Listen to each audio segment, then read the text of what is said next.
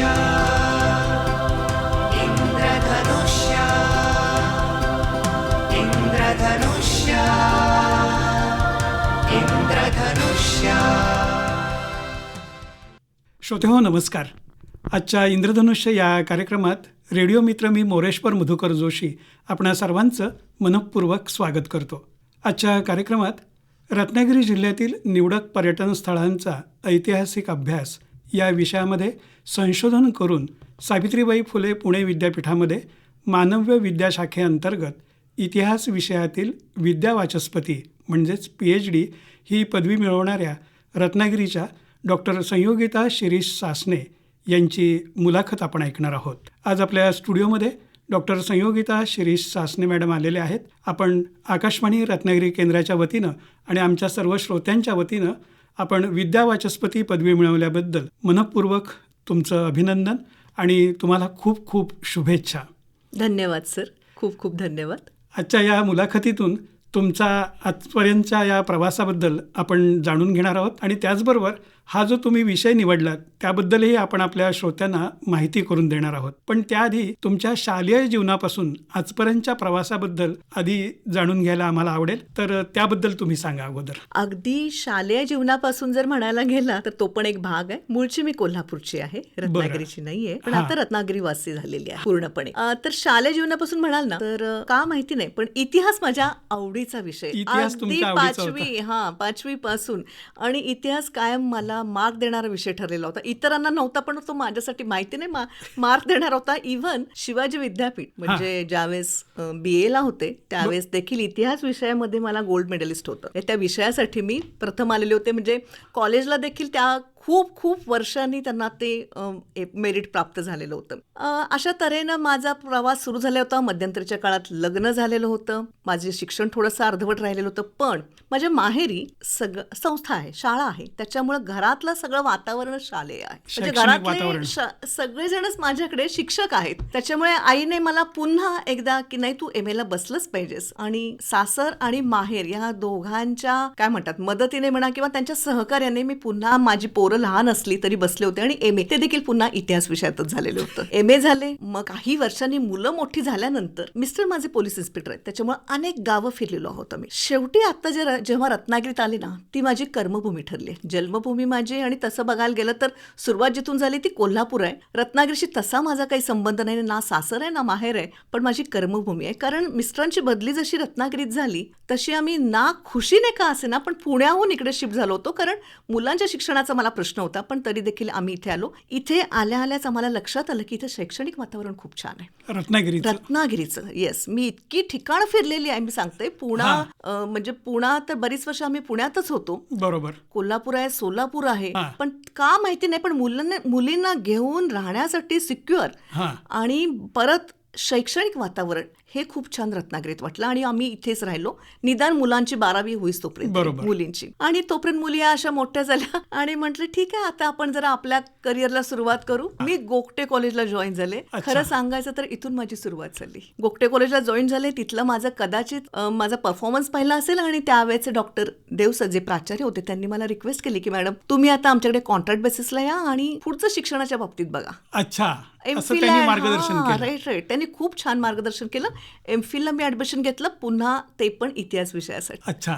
मीन time मला त्यांनी सांगितलं की मॅडम BEd होते का बघा, आपल्याकडे एक पोस्ट रत्नागिरी इथेच गव्हर्नमेंट कॉलेजला मी BEd केलं मुंबई युनिव्हर्सिटीतून. अशा पद्धतीने BEd पण झालं. MPhil ला मग विषय निवडताना माझ्या लक्षात आलं की रत्नागिरी शहरावरती कुणीच आजपर्यंत लिखाण केलेलं नाही. आणि मी ज्यावेळेस रत्नागिरीत आले इतकी ठिकाणं फिरले, पण रत्नागिरीत फिरताना जो काही आनंद होता ना निसर्गाचा म्हणा ऐतिहासिक ठिकाणांचा, मग लक्षात आलं की विषय हाच निवडावा, रत्नागिरीतील ऐतिहासिक स्थळे. असं करत करत माझी ती सुरुवात झाली आणि गोगटे कॉलेजने सुरुवात केली. मग मी लॉ कॉलेजमध्ये आले. लॉ कॉलेजला माझी PhD ची सुरुवात झाली.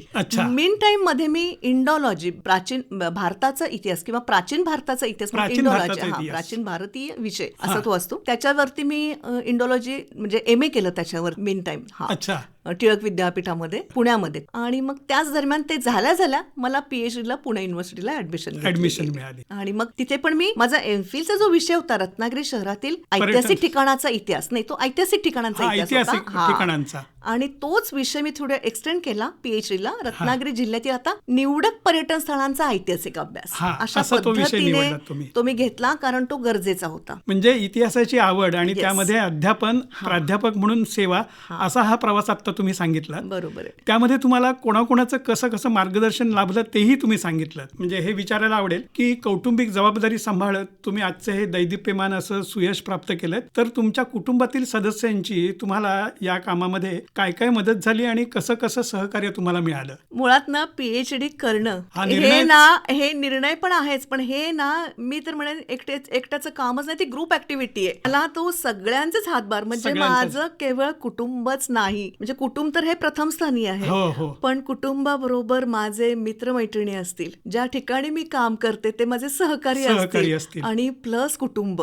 सगळ्यांच्या साथीनं ना मी तिथपर्यंत पोहोचले आहे. कारण मिनिटाला म्हणा किंवा प्रत्येक क्षणाला मला प्रत्येकांची गरज भासत होती. हे त्यातलं आहे विषय निवडीपासून. आणि मी आता ह्याच निमित्ताने सांगते, म्हणजे मी आता कुणाकुणाची नावं घेऊ, म्हणजे अनेक मित्रमैत्रिणी त्याच्यात सगळ्यांचे हातभार लागलेले आहेत, स्टाफचे तर लागलेलेच आहेत. कारण मी अचानक अशी उठून जाणार, मला कॉल तिकडे बोलवलेलं आहे विद्यापीठात, मग माझं वर्कलोड त्यांनी सांभाळणार, हे खूप मोठं काम होतं, टास्क होता. प्रिन्सिपलचं त्याच्यात मोठं काम. कधी रजेला नाही म्हटलं नाही, जा तुम्ही, म्हणजे मी गेले सर मला असं जायचंय, सरांनी लगेच परमिशन दिली, काही हरकत नाही. पण घरातलं म्हणाल ना की मी ज्यावेळेस ऍडमिशन, माझ्या 2 मुलींनी मला फार साथ दिली आहे. येस, अगदी माझ्या त्यावेळेस माझी छोटी मुलगी इंजिनिअरिंगला लास्ट इयरला होती, लास्ट इयर कम्प्लीट झालेलं होतं, बाहेर जायचं तिचं स्वप्न होतं, आणि त्याच वेळेस मी ऍडमिशन घेतलं होतं. तर ही पोरगी आपले काम धाम सोडून आईची फाईल तयार करत माझ्या बरोबर येणार. इव्हन हे पण 1-2 मिनिटात सांगते की ज्यावेळेस माझं पुणे युनिव्हर्सिटीला ऍडमिशन फिक्स झालं, ऑनलाईन त्यांचा इंटरव्ह्यू असतो, आणि इंटरव्ह्यूच्या दरम्यानच माझा मोठा ऍक्सिडेंट झाला आणि मी हॉस्पिटलाइज झाले. आता मी जाणार कशी तिथे? तर माझे अजून एक इंडॉलॉजीचे सहकारी होते, डॉक्टर नवले म्हणून, ते पुणे विद्यापीठात होते. त्यांनी मला तिथून हेल्प केली. ते म्हटले ठीक आहे आपण ऑनलाईन घेऊया. ऑनलाईनची सगळी जबाबदारी माझ्या मुलींनी उचललेली होती. बरोबर. आणि तिथून पुढचा सगळा प्रवास माझ्या छोट्या मुलीने माझ्या बरोबर येण्याचा, फायलिंग करण्याचा, सगळं देण्याचा, अगदी शेवटच्या क्षणी, म्हणजे अगं हे मला टेक्निकल बाबी असतात ज्या कॉम्प्युटराइज मध्ये ना मी आता एवढी फास्ट नाही, पण मुलं फास्ट असतात. बरोबर. मिनिटाला बिचारी ती आता सध्या ऑस्ट्रेलियात आहे, तर तिथून तिचं काम वेळ काही बघायची नाही. ठीक आहे, आईचं काम आहे ना, मी लगेच करून देते, करायची. आणि दुसरे माझे mister Shri Sasane, retired police officer आहेत. शेवटचा म्हणजे प्रवास स्टार्ट करून दिला माझ्या मुलींनी, त्याचा एंड माझ्या मिस्टरांनी केलेला आहे. कारण जाणं, नगरला माझं ऍडमिशन होतं, नगरहून माझं पुढे गेलं, तिथून पुढे, कारण माझं सेंटर चेंज झालं, ते पुढे सोनईला गेलं, आणि त्याच्यानंतर सोनईचे माझे गाईड होते ते त्याच्या पुढे नेवासाला गेले. म्हणजे मला रत्नागिरी ते पुणे, पुणे ते नगर ते सोनई ते नेवासा, एवढा मोठा प्रवास. आणि खरंच सांगते, म्हणजे मी बऱ्याचदा रडलेली पण आहे या प्रवासासाठी करण्यासाठी, पण माझ्या मिस्टरांनी ह्याच्यासाठी खूप साथ दिली. प्रत्येक क्षणी म्हणजे त्यांनी 12 तास ड्रायव्हिंग केलं या गोष्टीसाठी. म्हणजे खूपच सहकार्य त्यांचं मिळालेलं आहे. असं कौटुंबिक सहकार्य आहे, पण याचबरोबर बाकीच्यांचंही सहकार्य मला मिळालेलं आहे. निश्चित. या सगळ्यांच्या नोंदी घेऊन तुम्ही हा सगळा प्रवास आम्हाला उलगडून सांगितला. आता आपण या अभ्यासाच्या निमित्तानं कुठं आणि कशा पद्धतीनं भेटी देऊन माहिती मिळवली त्याबद्दल सांगा. मुळात माझा विषय काय म्हणतात, अवाका आहे ना, जरी तो निवडक म्हटला तरी तो प्रचंड मोठा झालेला होता. रत्नागिरी जिल्हा, इथून मंडणगडला जायचं म्हटलं तरी 4 तासाचा प्रवास आहे, आणि फार कठीण. आणि किल्ले म्हटलं तर अक्षरशः चढून जावे लागतात. मुळात मला ह्या सगळ्या गोष्टींची आवड आहे, त्याच्यामुळे माझ्यासाठी काही ते, आणि किल्ले चढणं उतरणं हे माझ्यासाठी अगदी काय म्हणतात, ट्रेकिंग करणं हा माझ्या आवडीचा भाग आहे. त्याच्यामुळे त्याचं काही वैशिष्ट्य होतं. पर्यटनाचीच मुळात आवड असल्यामुळे मला ते साहजिक मंदिरं बघणं एक गोष्ट आहे, की हे सगळं करताना, जिल्ह्याची माहिती घेताना, मुळात मी ज्या ठिकाणी फिरली आहे तिथं मी काय म्हणजे तुमचं सातत्याने डोळे आणि कान उघडे असायला लागतात. तो भाग आहे की कुठे पर्यटक जास्ती येतात, कुठे पर्यटकांना वाव जास्ती आहे. ऐतिहासिक स्थळांची माहिती, म्हणजे ऐतिहासिक स्थळ पण असावं आणि ते प्लस पर्यटन स्थळ पण असावं. बरोबर. अशा दोन्ही गोष्टींचा मी विचार केला. रत्नागिरी जिल्ह्यात ना 30 किल्ले आता आहेत ऍक्च्युली बऱ्याच स्थितीमध्ये, पण 30 किल्ले जर तुम्ही फिरलात तर त्यापैकी एकूण 10च किल्ले पर्यटनासाठी उपयुक्त आहेत. आदर किल्ल्यांवरती काही नाही. आता सुवर्णदुर्ग किल्ला हा जागतिक वारसा स्थळांच्या तात्पुरत्या यादीत गेलेला आहे, पण तुम्ही किल्ल्यामध्ये गेलात तर तुम्हाला काही आढळणार काही आढळणार नाही. हा, आता जागतिक वारसा स्थळाच्या यादीत तात्पुरत्या यादीत गेलं त्याच्यामुळे नक्कीच सोयी सुविधा होतील होणारच आता. आहे, त्याचा काही भाग नाहीये. पण त्याच्यामुळे काय झालं, मला ही स्थळं अशी निवडावी लागली. पर्यटनासाठी लोकांना कुठली कुठली स्थळं योग्य आहेत, आणि त्याच्यामुळे एकूण आपल्याकडे 9 तालुके आहेत, बरोबर आहे, रत्नागिरी जिल्ह्याच्या. या 9 तालुक्यांमधले नेमके कुठल्या कुठले, म्हणजे त्याच्यामध्ये संगमेश्वर एक ठिकाण खूप छान आहे, राजापूर, लांजा, इव्हन आता आपला रत्नदुर्ग किल्लाच. होय. म्हणजे रत्नदुर्ग किल्ल्याची माहिती सांगताना मला इतका आनंद होईल. एमफिललाच मुळात त्याचा मी इतका अभ्यास केलेला होता की लोकांना कसं असतं, ऐतिहासिक संदर्भाने मला पुरावा देऊन द्यावा लागलाय. माहिती कशी असते, इथून पुढे जाते, पण ती बरोबर. खरी आहे का खोटी हे तपासलं जात तपासता नाही. येत नाही. त्याच्यामुळे माझा जो स्टडी आहे ना, प्रथमच असा केला गेलेला आहे की पुराव्यानिशी सिद्ध केलेला आहे. अच्छा. कागदपत्र आहेत का, असतील तर ती दाखवा, खरी आहेत का खोटी आहेत हे बघून मगच ते मांडलं गेलेलं आहे. बरोबर. त्याच्यामुळे रत्नदुर्ग किल्ला याच्यामध्ये इतक्या ऐतिहासिक घोडामोडी झालेल्या आहेत. त्याच्यामध्ये अगदी संभाजीराजांचा त्याच्यामध्ये उल्लेख येतो. अनेक प्राचीन आदिलशहाच्या काळातल्या जे आता इथे आपल्याकडे सावंत आहेत, सावंत साळुंक्यांच्या लढाईचा उल्लेख येतो त्याच्यामध्ये. हा किल्ला प्राचीन आहे, 1205 मधला, जो राजा भोज ज्याने 15 किल्ले एकूण बांधलेले होते त्याच्यामधला हा किल्ला रत्नदुर्ग किल्ला आहे. असं म्हणजे एकूण प्राचीनतेपासून ब्रिटिश काळापर्यंत रत्नदुर्गच्या किल्ल्याचं आहे. तसंच बघायला गेलं तर सुवर्णदुर्गचं. त्याच्यामुळे सुवर्णदुर्ग तर किल्ला असा आहे की तुम्हाला एकूण 3 किल्ले, म्हणजे समुद्रातून तो किल्ला, समुद्रातूनच तिथपर्यंत पोहोचावं लागतं. समुद्रातून फिरताना एक गोष्ट लक्षात येते की त्या किल्ल्याच्या भोवती पुन्हा 3 किल्ले आहेत, फतेदुर्ग, कनकदुर्ग. म्हणजे आधी माहिती असतं पण पर्यटकांना एवढी माहिती नाही. मग ते किल्ले का आहेत, तर ते सुवर्णदुर्गाच्या संरक्षणासाठी बांधले होते.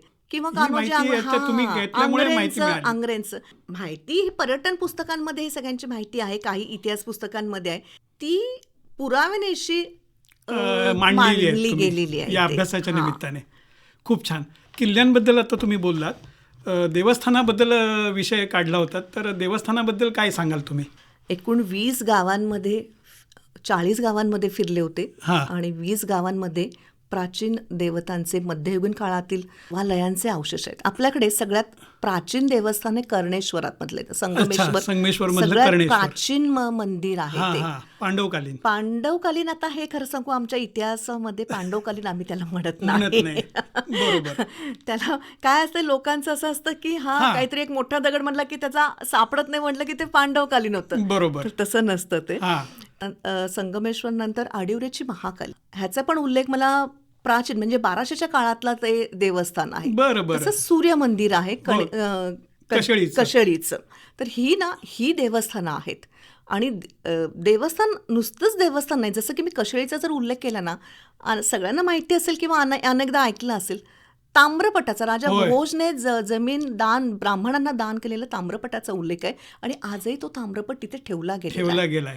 मग त्या ताम्रपटाचं वाचन असेल किंवा त्या काय असतं, ह्याचं महत्त्व हे आहे की मग ते ताम्रपट कुणाला दिला, त्या काळच्या लोकांची आडनावं आपल्याला माहिती होतात, कोण कोण होतात, कोण कोण त्या काळापासून होते. अगदी तसंच आडिवरेच्या महाकालीसाठी पण तेच आहे. त्याच्यामुळं काही आडनावं असे आहेत की पूर्वी निमये होते, त्याचे आता लिमये झाले. ही सुद्धा आडनावांचा इतिहास अशा काही गोष्टींमधून मिळतो आपल्याला. बरोबर. तो अशा देवस्थान आहेत. आणि ह्याच्या बरोबरच एक सांगेन, सगळ्यात महत्वाचं म्हणजे कातळशिल्प आहेत. ही नव्यानं सापडणारी म्हणता येणार नाहीत, पण नव्यानं सापडणारी भरपूर आहेत. ह्याचा अभ्यास आधीच झालेला आहे. सध्या आपल्याकडे रत्नागिरी जिल्ह्यामध्ये सुधीर रिसबूड आणि त्यांची टीम प्रचंड वेगाने काम करते.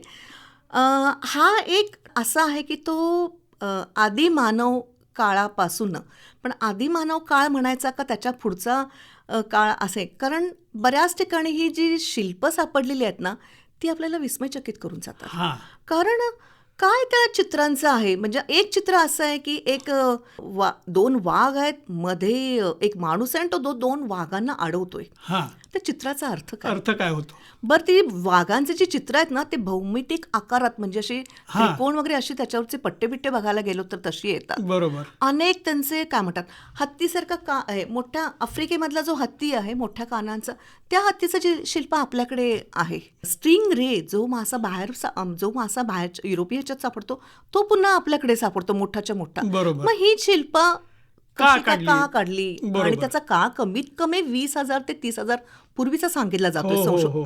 अनेक संशोधक त्याच्यावरती काम करत आहेत. बरोबर. त्याच्यामुळे ना हे पर्यटकांना आवडीचं ठिकाण आवडीचं ठिकाण झालेलं झालेलं आहे. आणि सध्या म्हणजे आता त्यातली काहीही जागतिक वारसाच्या तात्पुरत्या यादीत गेलेलीच होय आहेत. होय होय. लाईक उक्षीचं शिल्प आहे हत्तीचं प्रचंड मोठं.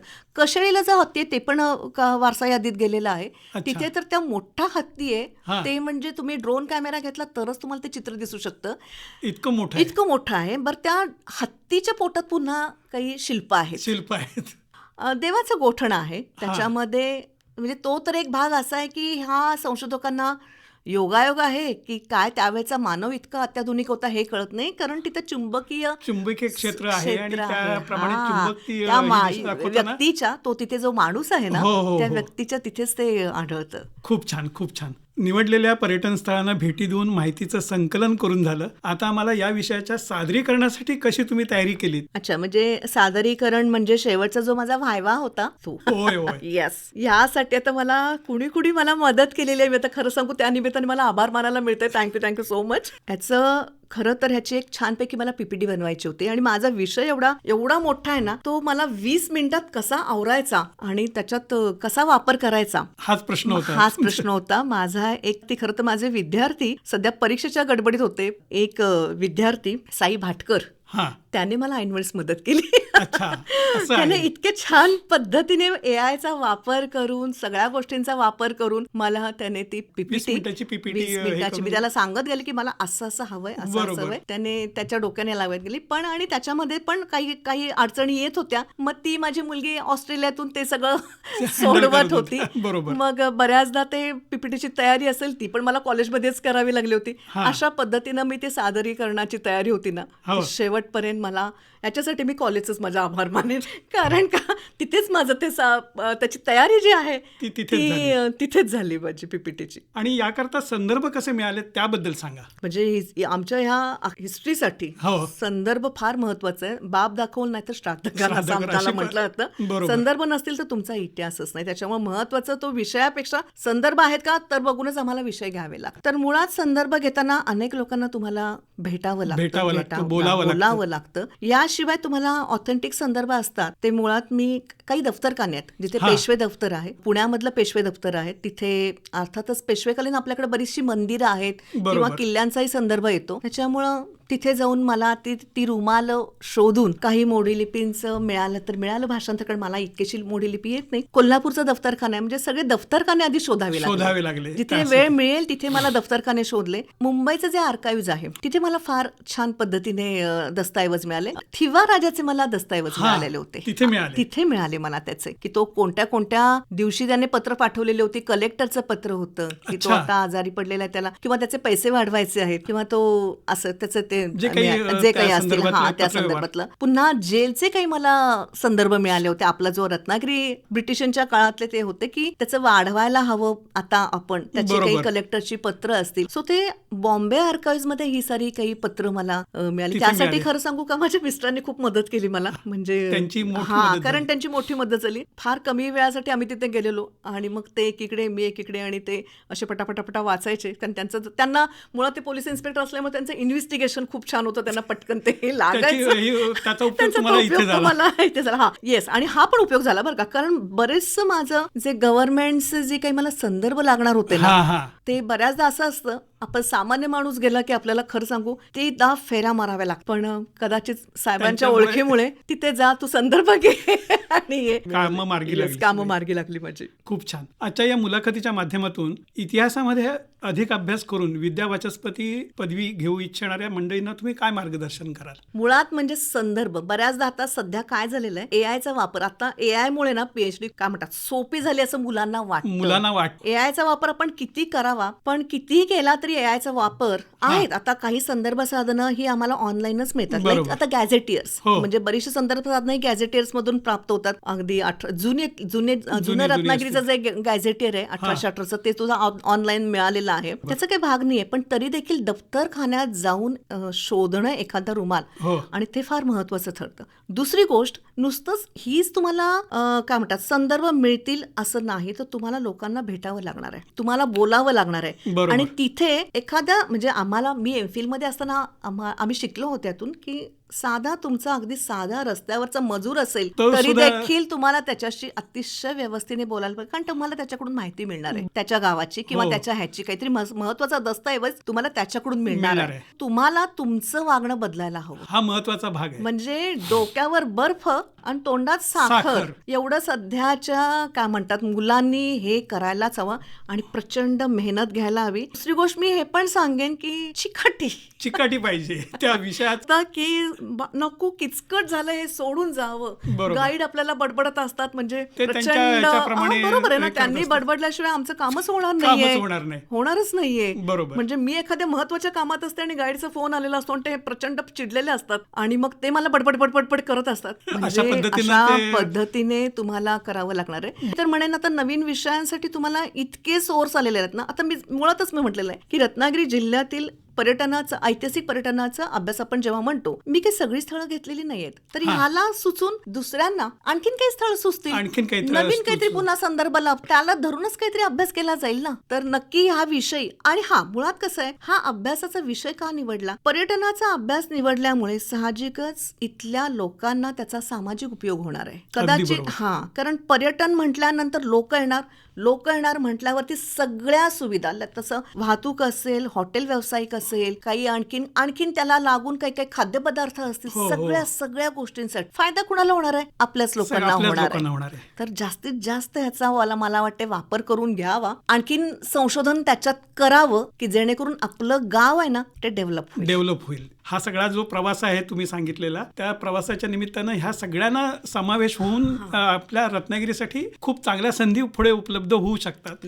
यासाठी जे मार्गदर्शन कराल ते महत्वाचं होतं. अतिशय सुंदर पद्धतीनं हा संपूर्ण प्रवास तुम्ही आम्हाला उलगडून सांगितलं. तेव्हा आता या पर्यटन स्थळांच्या पुढील वाटचालीसाठी काय करावं असं तुम्हाला वाटतं? खूप काही गरज आहे. म्हणजे ते माझ्या पर्यटन ह्याच्या थेसिसमध्ये आलेलंच आहे की ज्या शिफारशी असतात, निष्कर्ष आम्ही मांडतो आणि मग शिफारशी की अमुक गोष्टी होणं गरजेचं आहे. येस, पर्यटन स्थळ म्हणून जे आहेतच इथं, त्यात काही वाद नाही, पण ती आणखीन डेव्हलप होण्यासाठी सरकारची पण तेवढी गरज आहे. बऱ्याचशा ठिकाणी जसं मी किल्ल्यांचंच किल्ल्यांमध्ये काही डागडुकीचे नाही. पूर्णगड हा एकमेव किल्ला मला असा दिसतोय सध्या की तो परफेक्ट आहे.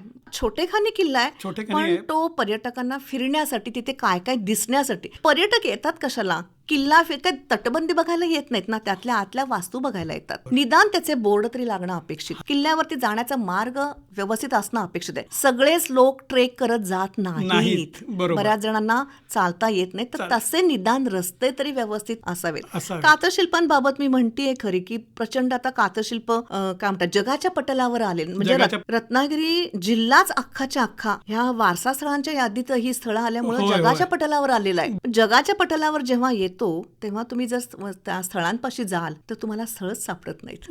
तर उक्षीचं जे कातशिल्प आहे ना, खरं तर ते शासनापेक्षा ग्रामस्थांनी खूप छान पद्धतीने डेव्हलप केलेलं आहे. कारण त्याच्या भोवतीनं ना कडा उचलले, कुंपण घातलेलं आहे आणि कुंपण घालून पुन्हा तो हत्ती छानपैकी बघता यावा म्हणून एक उंच चौथरा बांधलाय. म्हणजे इतकं त्या ग्रामस्थांनी त्या कातशिल्पासाठी काम केलंय. का तर लोकांनी यावं आणि आमच्याकडे बघावं. कशेळीचा समुद्र किनारा ग्रामस्थांच्या मदतीनं, मी शासन म्हणणार नाही, म्हणजे शासन आहेच, पण ग्रामस्थांच्या मदतीनं इतकं डेव्हलप झालेलं आहे आणि जाण्यासाठी पायऱ्या पण अजून एक ग्रामस्थांनी खूप छान तिथं केलेलं आहे, कचरा होऊ देत नाहीत तिथे. येस, आता सध्या ते डेव्हलप शासनाने तो तरी देखील लोकांना तिथं त्याच्यामुळे काय मिळालेलं आहे, काही लोकांना खाद्यपदार्थ विकण्यासाठी खाली उतरण्यासाठी भरपूर जावं लागतं आपल्याला. मग तिथे काही सरबत असेल, नारळ पाणी असेल, पण हे करत असतानाच कचरा होऊ न देणं हे ग्रामस्थांनी काम केलं. त्याच्यामुळं काय म्हणतात, शासनाकडे तर शिफारसींची मोठीच्या मोठी यादी तयारच होईल. बरोबर. आता आम्हाला तुमच्या पुढच्या अभ्यासाविषयी माहिती सांग. मुळात मी म्हणजे इतिहासच अभ्यास हा माझा अभ्यास विषय आवडीचा आहे. मुलांना शिकवणं तर मला काय म्हणतात बऱ्याच आता म्हणजे ते तर आवडीचा भाग आहे, पण त्याचबरोबर स्वतःही शिकत जाणं. इंडॉलॉजीचे ज्यावेळेस मी ऍडमिशन घेतलेली होती त्यावेळेस मला असं वाटलं की त्यातला एक विषय माझा आर्किओलॉजीचा आहे, तो त्यांच्याकडे नाही झाला आर्किओलॉजी. आणि मग मीन टाइम मी इंडॉलॉजीला झाल्याच मला पीएचडीची ऍडमिशन मिळाली. खरं तर मी त्याच वेळेस आर्किओलॉजीला ऍडमिशन घेणार नाही झालं. विचार करतीये आर्किओलॉजीची आपण एक डिग्री घ्यावी. पण आता घरातले बघू, म्हणजे असं कधी घरातल्यांचा संबंध नाही आलेला, म्हणजे मी त्यांना न विचारताच सगळं केलेलं आहे आणि त्यांनी मला कधी कुठल्या गोष्टींसाठी आडकाठी केलेली नाही, ना सासर ना माहेर. ठीक आहे, तू करतेस ना, तू कर, पण नंतर त्यांच्याच गळ्याशी येतं माझ्यापेक्षा. खूप छान. तुम्ही आज इथे आलात आणि आमच्या श्रोत्यांना ही सगळी तुमच्या विद्यावाचस्पती पदवीसाठी केलेली वाटचाल पण उलगडून सांगितली. त्याबद्दल आणि तुमच्या या पुढच्या प्रवासाबद्दल आमच्याकडून खूप खूप हार्दिक शुभेच्छा आणि धन्यवाद. खूप खूप धन्यवाद. आज मला इथे आकाशवाणी केंद्राकडून बोलवण्यात आलं. खरं तर असं वाटलं देखील नव्हतं. ठीक आहे, म्हणजे काय माहिती, PhD घेतली मान्य आहे मला, पण हे सगळेजणच करतात त्यांचा, आणि सगळ्यांचाच प्रवास हा असाच असतो. तिचाच आहे असं नाहीये. बरोबर. सगळ्यांचा फक्त काय, त्याच्यात आपण पडल्यानंतर कळतं की अरे बापरे, बाकीच्यांनी किती याच्यात त्रास सहन केला. पण तरी देखील असं वाटलं नव्हतं की अरे एवढं काही महत्वाचं नाही. पण मला आकाशवाणीने खास आमंत्रण देऊन याविषयी बोलण्यासाठी इथे उद्युक्त केलं आणि मी इथे आले. सो सगळ्यांचे मनपूर्वक आभार. धन्यवाद.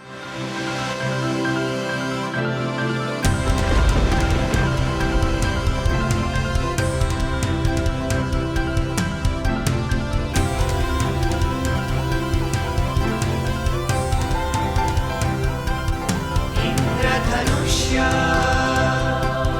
इंद्रधनुष्य इंद्रधनुष्य